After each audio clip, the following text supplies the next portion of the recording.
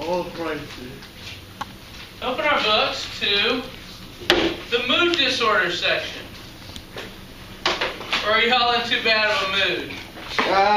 No. Good one, Crow.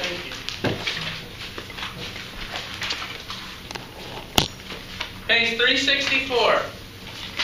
Where they talk about mood disorders. Could you pull those blinds up for me? Sure. I really am in too bad of a mood. Thank you. And on that side over there, Waylon, or Leah, pull it.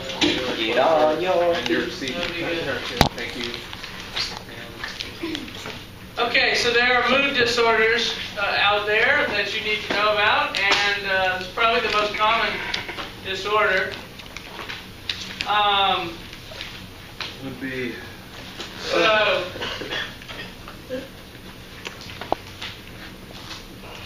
one of the major mood disorders is depression.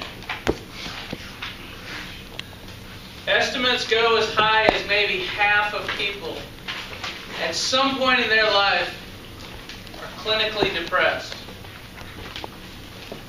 And at some point, everyone's depressed, but if it's clinical depression, then the depression is usually lasting for a very long time and has a lot of the symptoms.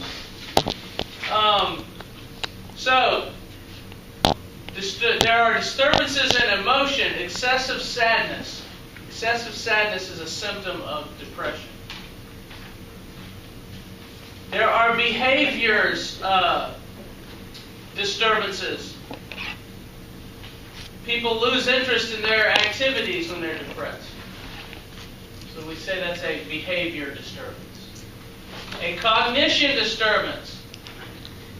That's how you think. Cognition means how you think. So a depressed person, how they think is different than normal. They have thoughts of hopelessness. They focus on bad things. It kind of changes the way you think. Differences in body function. Fatigue, loss of appetite. Sometimes it's inability to sleep. But changes in the way your body functions. Sometimes it's eating too much. These things in the parentheses are just examples, and they aren't the only symptoms. So there's a lot of things that can go on with depression. Thank you.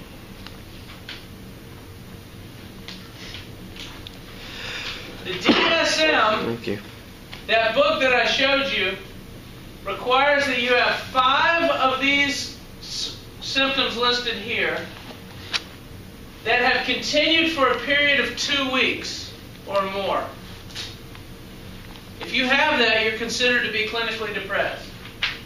Depressed mood, reduced interest in almost all activities, significant weight gain or loss without dieting, sleep disturbance, either insomnia, meaning you can't sleep, or too much sleep. Change in motor activity. Motor activity is movement. Too much motor activity, that'd be like shaking or something like that. Or too little motor activity is just like kind of comatose. Fatigue, that's being tired or loss of energy. Feelings of worthlessness or guilt.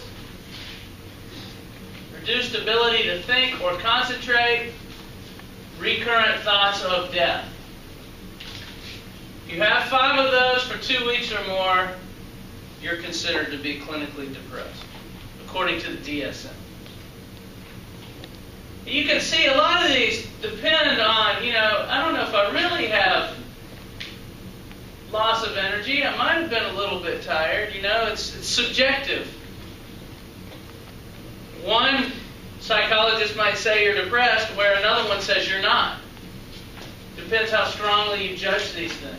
What does significant weight gain mean? Does that mean 2 pounds? Does that mean 10 pounds? Where's the cutoff?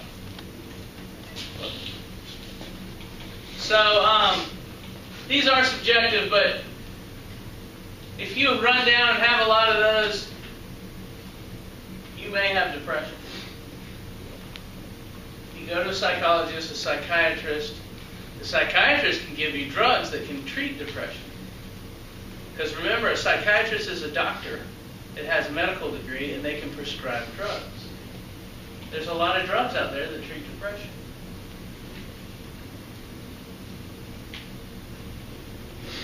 I don't know what this is. These are, I guess these are types of depression.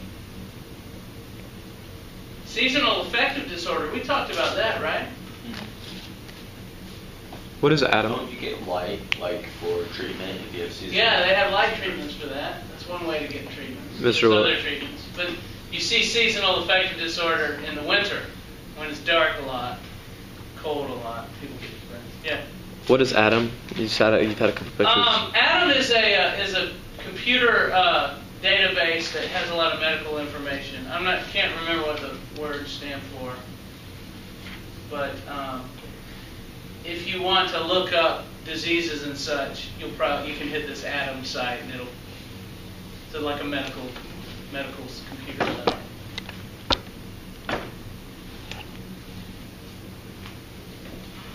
Women are about twice as likely as men to be diagnosed with depression, and that's true across cultures. You might not guess it, but after age 65, rates of depression drop sharply. Old people don't have nearly as much depression, and you would think, well, they're old, they have getting sick and having lots of problems, and their friends are dying. You would think they'd be depressed more, but they really aren't. Why? It's a good question. Maybe you're wiser and able to deal with things better. By that age, you've seen everything. Here's a little graph that shows it. Women more depressed than men. This is incidence per 100,000. So 1,000 out of 100,000 is 1%. So at any one time in the world, a little over 1% of men have depression, and a little over 2% of women have depression. And you can see the age. From 5 to 19, it's kind of uncommon. From 20 to 64, it's almost a lot more common. About 3% of people 20 to 64 have depression. And it's less common when you get older. Kids can have depression, though. People your age.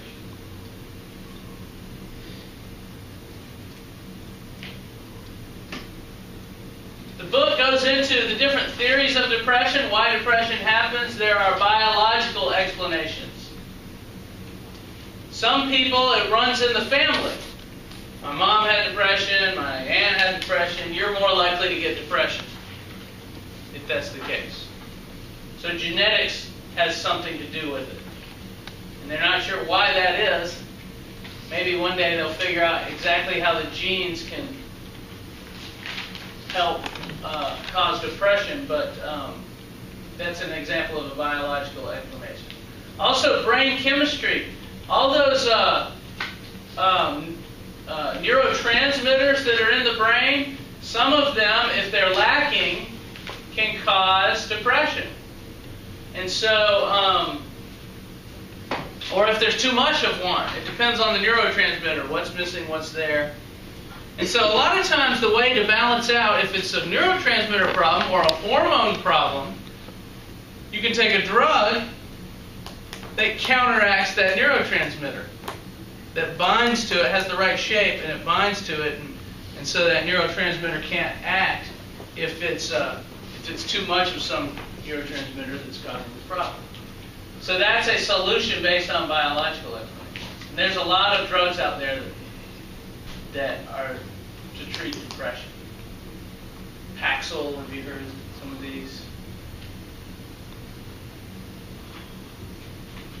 Social explanation emphasizes the stressful circumstance of people's lives. You often have depression after losing a job, or getting a divorce, or losing a loved one. If you've lost a lot of money, a lot of people go into depression. You know, when the stock market falls, you often have a lot of depressed people. So those would be social explanations. Stressful circumstances in people's lives can help cause depression. Relationship problems. If you have a problem with your boyfriend, girlfriend, that sort of thing, you fight with your parents a lot, child abuse, that kind of thing, those are relationship attachment explanations. So that can also cause depression. So the book devotes a little bit of time to saying, you know, various factors. This section is only 4 pages.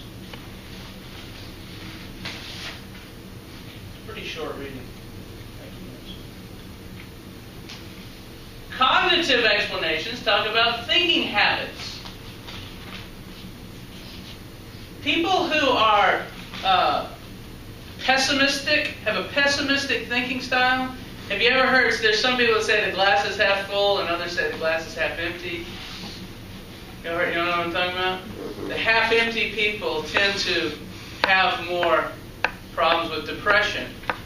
So that's what we call a cognitive explanation. Emphasize habits of thinking.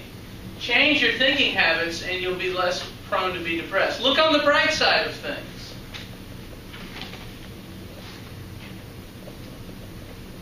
And so which of these 4 is it? Well, it's probably a combination of all 4 of those factors. Biological, social, attachment, cognitive, and all of those factors kind of come together to lead to depression. And so this whole model is called the vulnerability stress model. Draws on all 4 explanations described above. So, you know, it's probably not just one thing that sets people off. They may have a be genetically prone to be depressed, and they have social problems, and they have some attachment problems, and they have kind of a bad way of thinking about things. And if you combine all those factors, then you get depression. Or 3 of those factors, or, you know, all of that kind of is in there. And like I say, this is probably the #1 psychological disorder. It's depression. Now, kind of a different side of depression is called bipolar. You ever heard of that? Bipolar is when there are times of depression. See, this is a graph showing mood. Mood is way down. That's a depression. And then there's times of what they call mania, which is just the opposite of depression. Depression, everything's sad, but mania, everything's real happy. And so they're just happy in a great mood and just great to see. And then the next time you see them, they'll be real sad and mad and depressed. I have a friend who I know is bipolar, but I don't think he's been diagnosed. But he's just up and down. You never know what you're going to get. It's kind of. And a lot of times people who are bipolar, they have the highest incidence of suicide. During these low phases, they can go real low. They can get real depressed. It doesn't last for long, but during one of those depression stages, they might kill themselves. See, I'm not sure what this is.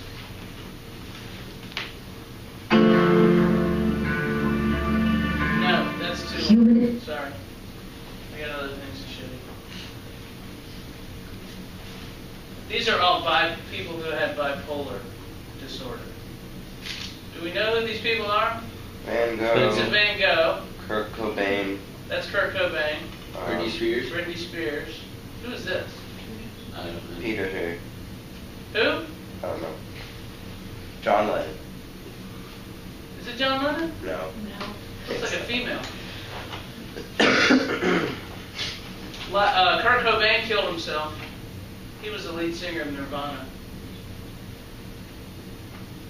And so you got to be. And so these people, people who are bipolar, they have good medications that'll even out your moods. And so often the medications are helpful. Some people, though, the medications don't help, and they can really have problems. Why is there more depression than euphoria? Oh, I think it's just in the graph that they happen to show you. I don't think that's necessarily the truth. Is that what you're talking about in this graph?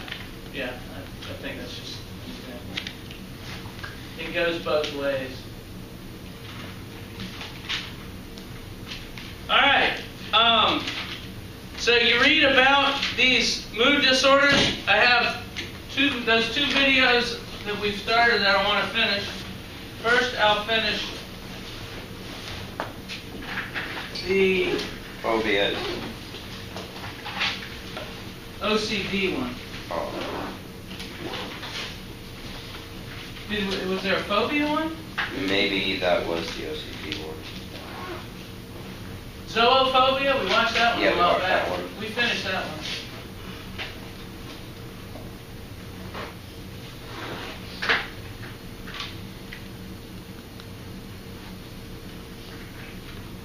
So, thought I'd show you some of my patterns.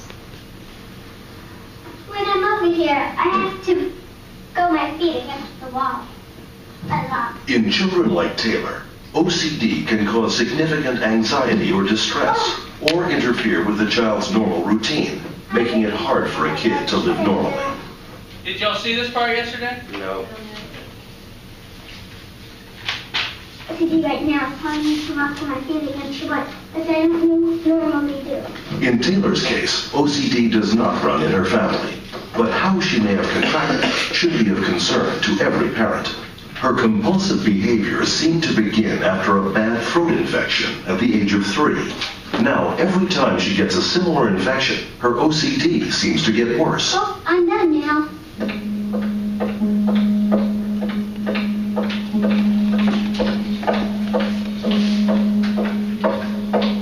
The suggestion that it's possible to get OCD from an infection is very controversial, but it is the subject of considerable research. At the University of Florida, Dr. Tanya Murphy has been studying blood samples from Taylor and 34 other children to see if there's any connection between infection and their OCD symptoms. To her great surprise, in half the children, she's found a connection between a common bacterial infection called streptococcus and times when the children's OCD is worse. The controversy on this is that kids get sick all the time. The average kid gets group A strep infection like once every 2 years. So, that would be the controversy that maybe there isn't an association. It's just happening by coincidence. So I think we're going to have to follow them a little bit longer and make sure that there's a definitive relationship. If it's shown that a mental illness like OCD can sometimes be triggered by a common childhood infection, then this could open the door to a whole new area of research. We could find specific immune therapies. I mean, they have antibodies that attack certain parts of the immune process and prevent the symptoms from happening. There's other types of immune therapies. It's possible even a vaccine. The suggestion is that only a small minority of OCD cases are likely to have any link with infection. Taylor's parents hope a mixture of drugs and psychological treatment will help their daughter lead a normal life. Taylor is determined to do just that. I feel much better, but I need to learn to go against my OCD. Why? Why? So for the rest of my life, my OCD will boss me around if I don't know how to defeat it.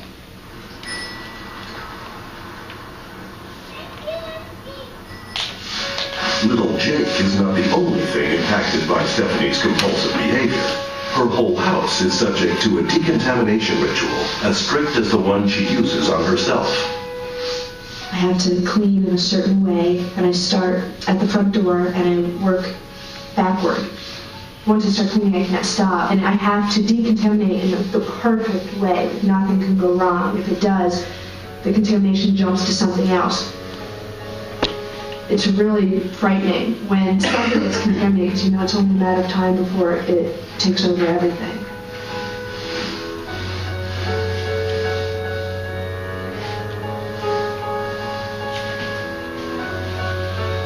It's always been there. It's been noticeable, but it's been manageable. We could joke about it. We could kid her about it. We could do things, to set her off. But it wasn't an issue until Jake was born, our son Jake. Since then, it's been uncontrollable. Go ahead. Ready? Hold on to your ball. Hold on to your ball. Hoping to break that cycle, Stephanie is about to start a form of treatment called Cognitive Behavioral Therapy, CBT. Her new therapist knows that Stephanie is not going to be an easy case. Stephanie has what I would call OCD galore. She's got a bit of everything. Her main worries have to do with harm, but she's worried about contamination that might result in harm. She worries about not checking everything, which might result in harm. When I unplug something, I stare at it because I'm not quite sure if I unplugged it. And I just sit there staring. And then I turn the light off, but then I have to go back and look again. And I might do that 5 times. She has fears of symmetry, things being not symmetrical. Like if I go like this, I would have to go to my right. But now that's 2, so I have to go right, left. But now I'm at 4, so I have to go right, left, left, right. And now I'm still there, so right, left, right, left, right, right, left, right, right, left, right. Okay. That'll be good. She's got some forbidden numbers or lucky numbers. 2 and 4, I'll tell you because of the letters B and D, which I avoid. Like I would never name a child a name that began with the letter B or D. I even at one point thought I don't want to have 2 or 4 children, I'll have 3. It becomes that consuming. That that's like a logical decision to make, that that's viable, that to choose how many children you have based on these numbers. Thank goodness I don't have an aversion of 1 through 8. I'd be like, here with 9 kids.